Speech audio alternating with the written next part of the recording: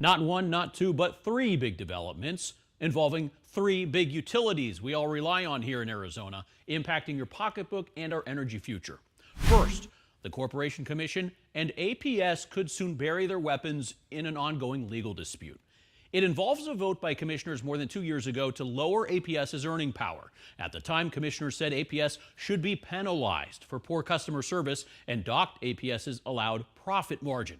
The commission also denied a request from APS to recover more than $200 million from customers to upgrade the Four Corners power plant. APS sued, challenging that decision by commissioners, and won.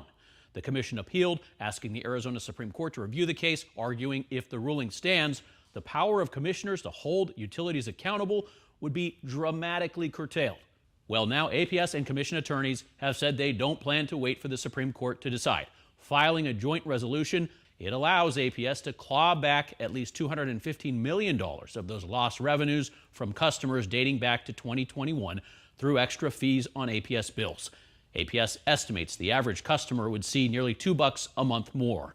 The commission still must vote on the proposed resolution next week. Then the Supreme Court must weigh in. Second, remember the protests and outrage over plans by SRP to build a natural gas plant near the tiny, historically neglected town of Randolph, Arizona?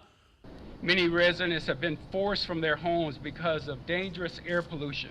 Activists successfully fought back those plans 3 times, but it appears SRP will get most of what it wants in the end. The parties in that lawsuit filing a notice to the commission this week saying they've come to an agreement and are asking commissioners to approve a certificate of environmental compatibility for the Coolidge expansion project. Natural gas is not considered as dirty as coal-burning fuel, but is still a major contributor to greenhouse gases.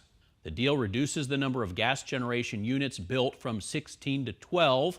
Randolph gets a lot in return. Among other concessions, SRP promises $23 million in community improvements to Randolph.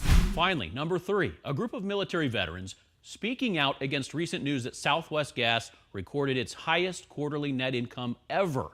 The announcement comes after the Arizona Corporation Commission in January voted to hand Southwest Gas a 9.4% rate hike. The nonprofit Vets Forward, which advocates for low-income military veterans and clean energy, says the commission made a mistake handing Southwest Gas such a large rate hike. I mean, of course they're reporting record earnings. They just had 2 of the biggest rate increases in their history. A lot of veterans have disabilities that are severe enough that they can't hold down full-time jobs.